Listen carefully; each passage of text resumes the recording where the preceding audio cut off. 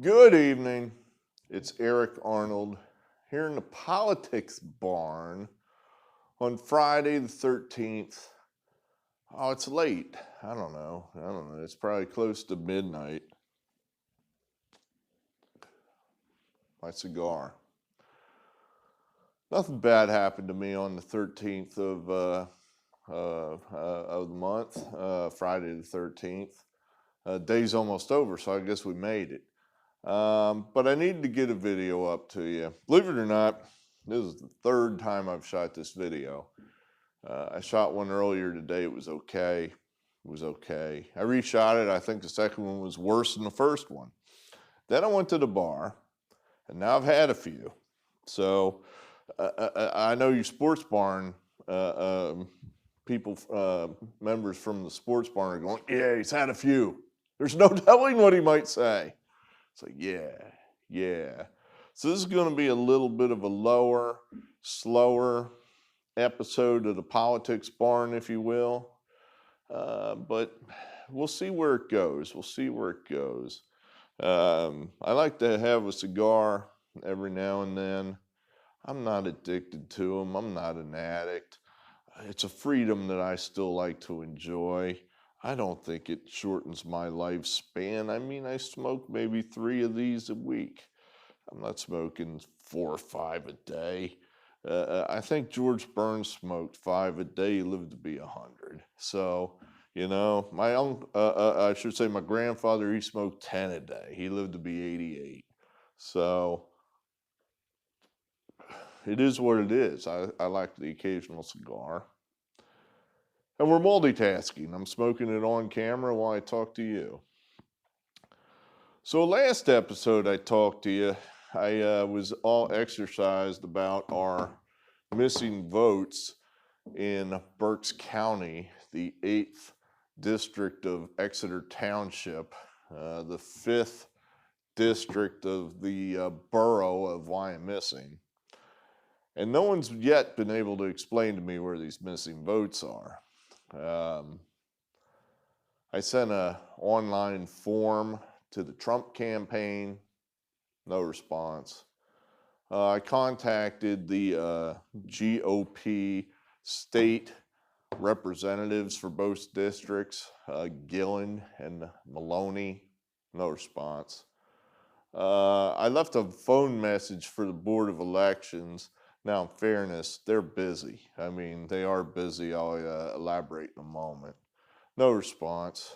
The only person I've actually talked to on this issue is a reporter for the Reading Eagle. And well, she's not going to do a story on it, but she was helpful. I mean, they're still counting.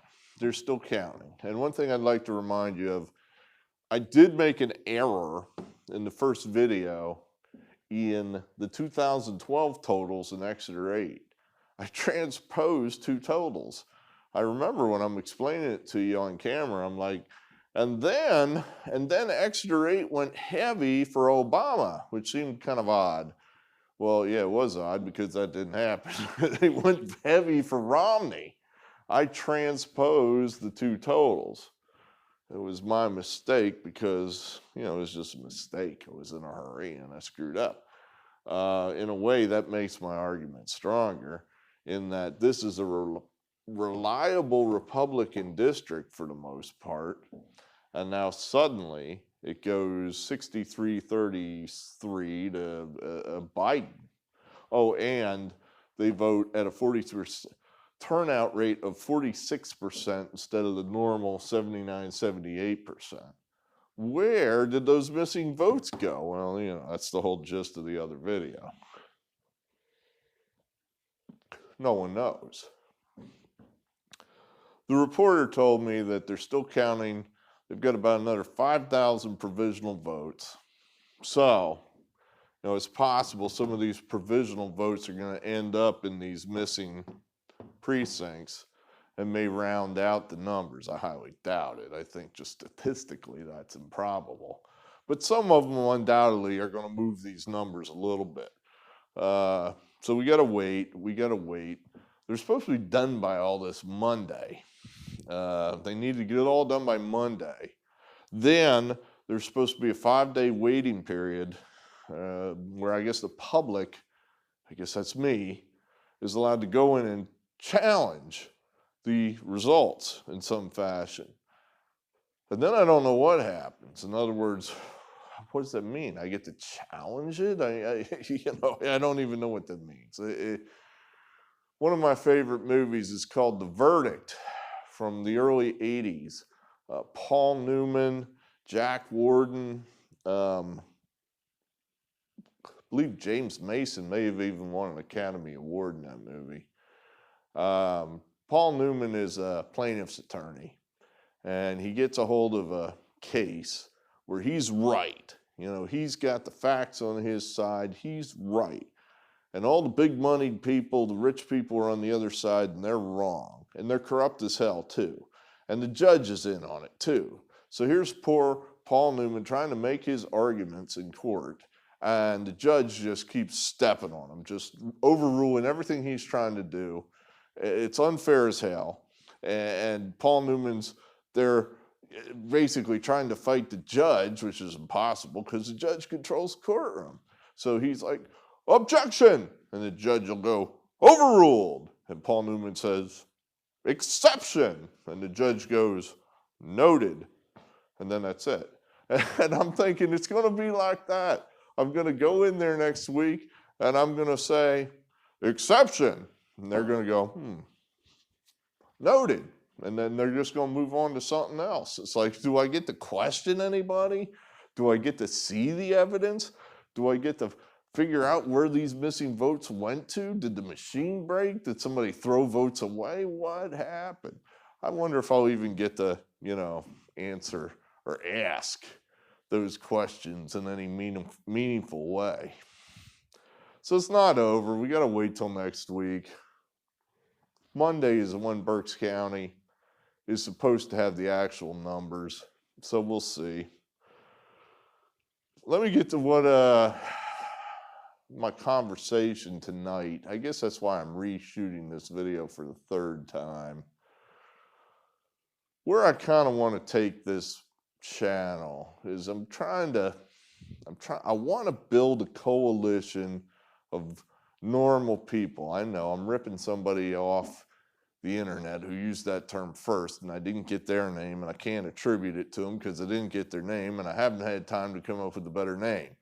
But a coalition of normal people, a coalition of just normal Americans that just kind of believe what normal Americans believe. I think I'm in that type of, I would argue 60%. 60% of us are in that definition. I think I'm in there.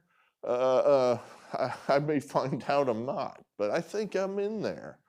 Here we got like a bell curve. Your typical bell curve. Have you ever seen one of those? You in school, you're probably over here somewhere, and there's some jerk down here wrecking the curve who gets every question right while we're struggling to, get 7 or 8 out of 10 right. Jimmy, my friend from England, who's going to, I'm going to talk about him later. He's saying, you were that guy down there. Yeah, you know what? Yeah, you're right. I was. But that was a long time ago before I killed all my brain cells with alcohol.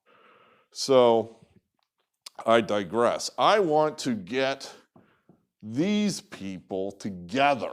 Why? Because I think they're dangerous people over here on the far left that are coming to power.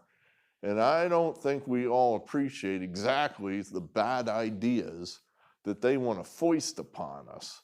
So that's where I'm kind of thinking and wanting to take this. I want to build some bridges with anybody and everybody that I think could be normal and say, you know what? Look out for these people over here. They're bad. They have bad ideas.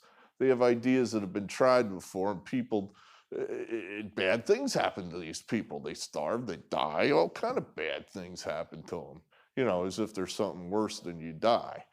So that's where I'm kind of thinking of taking the channel. So tonight, I have a long conversation with my new friend, Kevin, not his real name.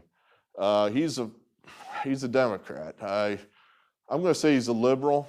He would, I think, take issue with that definition, but he espouses all the liberal positions. His main issue, I believe, is he simply hates Donald Trump. He simply hates him, hates him, hates him, and he can't get beyond that. His position is that Donald Trump is a racist, but it goes beyond that, that all of us that voted for Donald Trump, we're all racist too. And it's just that bad. Now, you know, in fairness, Kevin maybe had one too many.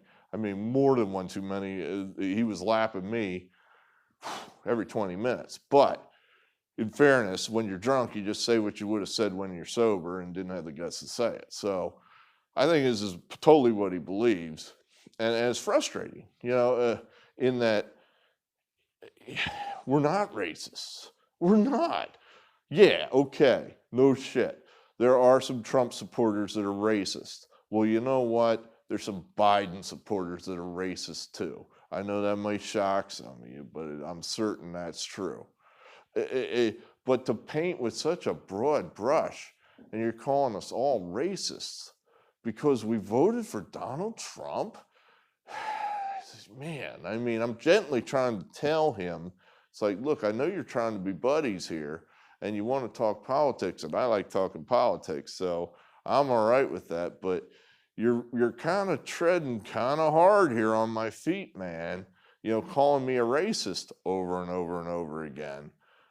You know, I'm trying to back him off, but, you know, nothing happened. I mean, we left buddy-buddy, if you will.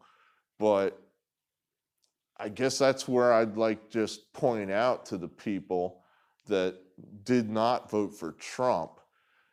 You want to unite the country? You know, you heard your president-elect there say he wants to unite the country, which I don't think he wants to unite the country worth a go to hell, as long as that means I come over to him and kiss his ass, which I'm in no way, shape, or form ready to do that. But you want to build bridges back to us? Well, don't start with calling us racist, for Christ's sake. Where's your evidence of that? Because we're white? Come on.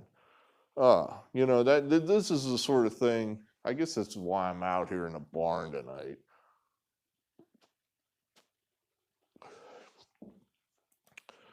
It just frustrated me that, why do I have to justify myself to this guy that I'm not a racist? Because I voted for Trump? Why he didn't answer when I said, are you a racist?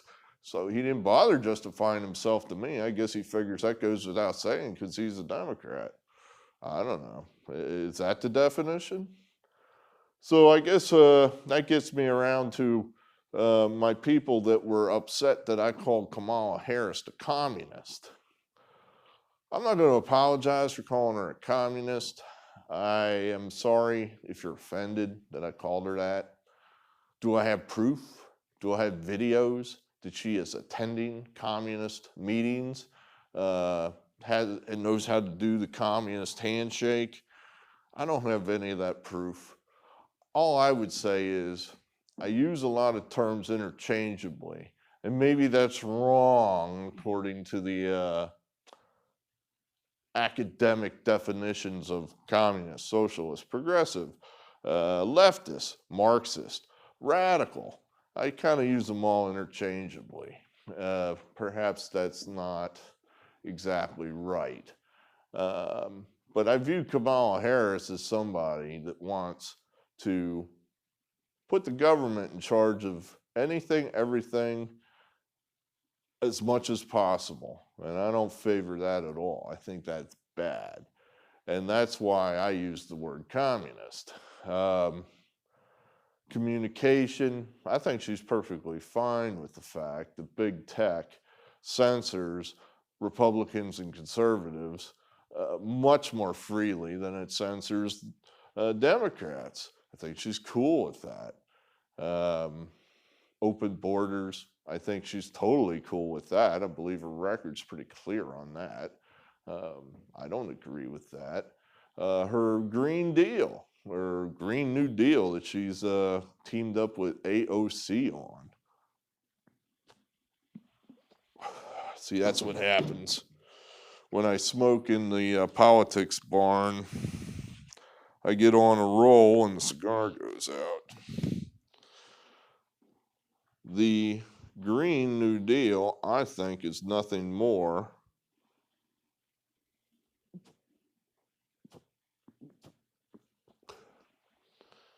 than a government takeover of the economy, all under the guise of saving the earth from global warming, which I don't think there's a consensus one way or the other that there even is global warming. I know I don't believe there is. So, but you know, we're supposed to simply allow the government to take over the economy to save the earth. Wait a minute. I mean, some of the things you're seizing to save the earth, people own. Land, oil wells, you know, property, you know, lack of respect for property rights. That's one of the hallmarks of communism. You know, so I'm not here to give a dissertation for 2 hours about why I think Kamala Harris is a communist. And like I said, I don't want to chase people off right away by being some radical right-wing Republican. I want to build bridges here in the 60%. Why? Because I think there are dangerous people coming to power here on the far left. I believe Kamala Harris is one of them. So, you know, I would like to make a number of videos where I kind of am able to talk more at length about, well, yes, this is an idea that Harris, Cortez, I'm not gonna, Biden's almost an afterthought to me because I just don't even think that guy's involved in it. He's a puppet. I don't believe that guy is, I don't think we'll ever know. You know, just the way he acted on the campaign. You didn't see the guy. He was basically being fed lines, literally sometimes, from a teleprompter from his assistants. He took no questions from people, media that we like or respect. Fox, now I know some of you don't even like Fox anymore, but any kind of media to the right of center, he took none. No questions. So when he says he wants to represent us all, you know, you're gonna have to try harder, buddy, because you certainly didn't try to win our votes in the run up to the election. Anyway, that's my thought there, that I don't mind talking to Kevin, and I like to get his input on issues and just talk. I like talking politics, period, even if it is with a Democrat. You know, I just think that maybe let's not, you know, and maybe I'm guilty of this too, but let's not paint with such broad brushes. You know, Donald Trump's a communist. I'm sorry. Donald Trump is a racist. Right. Kamala Harris is the communist. You know, I got that straight. Donald Trump is a racist, therefore we're all racists who voted for him. Okay, I know that's not true. I don't think people who voted for Biden and Harris are communists necessarily. But, you know, I do think that there are elements of communism in their platform, and I'd like people to become aware of that before this gets too far down the road.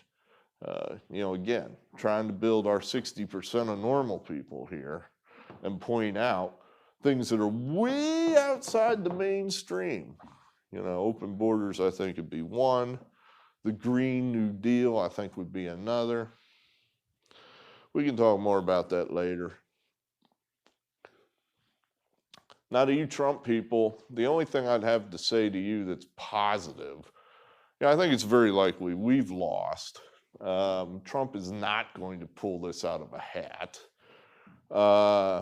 If you're looking for anything to hang your hat on, I would look up this guy named Lin Wood. Who is Lin Wood? L-I-N Wood. He is an attorney. He is, let's see, He represented Nicholas Sandman, I believe. He was a teenager from Cincinnati. He was in Washington, D.C. on the mall wearing his little red Make America Great Again hat. And to hear the legacy media tell it, Mr. Sandman was in the face of some of the poor local people that happened to also be on the mall. And he was being racist, getting in their face, being your typical Trump supporter, I guess, if you will. As the legacy media sees the typical Trump supporter. Now, in reality, what happened was, and I guess this was basically proven by cell phone video, he didn't do anything. He just stood there, and it was the locals that were yelling at him.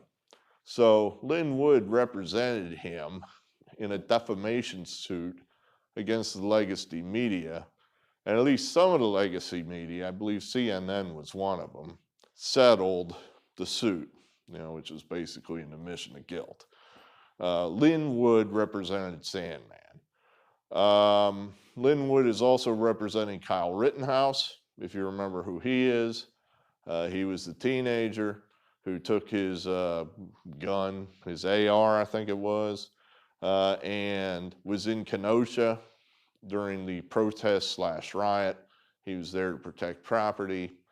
He ended up shooting two of the protesters/rioters, I believe shot three of them, two of them are dead, I think something like that. Two of them are dead. Anyway, he got charged with murder. He's in jail. So Lin Wood is representing Rittenhouse. I believe his defense will be self-defense. That's who Lin Wood is. Now, he somehow is affiliated with this Trump recount. I don't know if he's officially representing Trump, if he's just doing this pro bono, volunteering his time, whatever. But he keeps putting out crazy-ass tweets. I mean, crazy-ass tweets. I just saw one tonight before I came out here. Just saw one tonight. I'm like, that's crazy. A pile crazy on top of crazy. I'm not even sure what to make of it. But he is so damn confident that not only is Trump going to win this thing, but people are going to jail. Going to jail. I mean, and he's like almost specifically mentioning Joe Biden is going to jail. It's like, wait, what?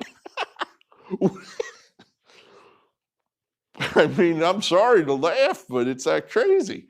It's like, look, I want to believe there's some damn crazy ass conspiracy that switched votes and this all happened. 70% of me wants this to happen. Why? Because, I supported Trump. I think he'll be a better president than Joe Biden by about 1,000%. I would love to think that these people cheated. I don't like these people.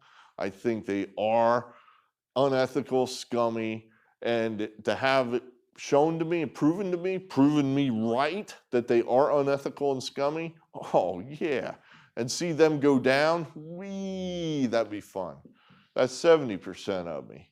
30% of me is if they actually prove this kind of conspiracy, this is actually proven, holy shit, you're talking about the Second Civil War. It's crazy. You do have any idea what's going to happen. The riots that you saw this summer, picnic, kids play, multiply that times 100. You will have people in the streets 24/7. Well, you won't, because they'll simply declare martial law anywhere there are cities like that to prevent those kind of riots. You'll just have soldiers in the street 24/7. You'll have soldiers getting shot at. You'll have policemen getting shot at. You'll have families that rip apart and won't talk to each other. Divorces everywhere. It'll be awful. It's going to be bad. And I'm telling you, it does not matter what kind of proof is presented as far as this conspiracy, quote, conspiracy, because, until I actually see it, I don't believe it. If proof of a conspiracy is presented, I'll look at it. And I'll try to be fair-minded about it because, like I said, I 70% want it to be true. But man, I'm telling you what, 40, 50%. Kevin at the bar, it doesn't matter what they present. It could be a videotape of Joe Biden, Kamala Harris, Mao Zedong, and Adolf Hitler all talking together about how to get Donald Trump, and he's not going to believe it. Well, probably won't believe it because at least 2 of them people are dead. But, you know, you get my point. It doesn't matter what kind of evidence is presented. Kevin won't believe it. I don't think my wife will believe it. It's going to be ugly. So I'm just saying, you know, I'm just saying. If there is like I said, 70%, let the chips fall where they may. You can't have this kind of corruption in a free democratic society and expect it to go on as a free democratic society. You can't have it. That's why chips got to fall where they may. But it won't be pleasant. I know that. Now, you know, the chances of all this actually being true, whatever Lin Wood is tweeting out, L-I-N Wood, look it up for yourselves. The chances of all this shit being true, I think it's very limited. Very limited.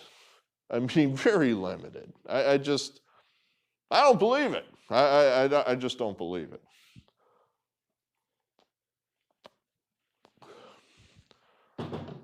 I guess it would be interesting if it was true. Isn't that a Chinese curse? May you live in interesting times? Christ, I mean, I can't think of any truer curse than that. So if 2020 hasn't been the most interesting year I've ever lived through, and I never want to do it again, that's for damn sure. So that's all I got for you in the politics barn. Now, I don't know if you'll see this video or not. I may look at the other 2 versions and go, all right, those other ones were better. I'm going to use this one. Honestly, I think this was my best version. This was my best version, I think. Like I said, the goal of this channel is I don't want to drive people off with labels or unfounded accusations. I want to try to point out where I think unacceptable things are, to me at least, as you know, the leader of the barn. And you can tell me yes or no and say, you know what, I find that perfectly acceptable. You are outside of the 60% on that one. You know, and then I got to decide whether I want to trade off and get into the 60%. Or, you know, I may find that, you know, I'm right, and a lot of what I'm saying is in the 60%. And why do we want 60%? Because we want a supermajority of people, normal people, to point out and say no to this crazy government takeover that's is coming down the pike, which is what I'm trying to get across to my friends from England, who, you know, I communicated with off camera, not posted on the board, but, you know, Brian, I believe, left me some kind comments about Kamala Harris, very respectful. I appreciate your comments, I do.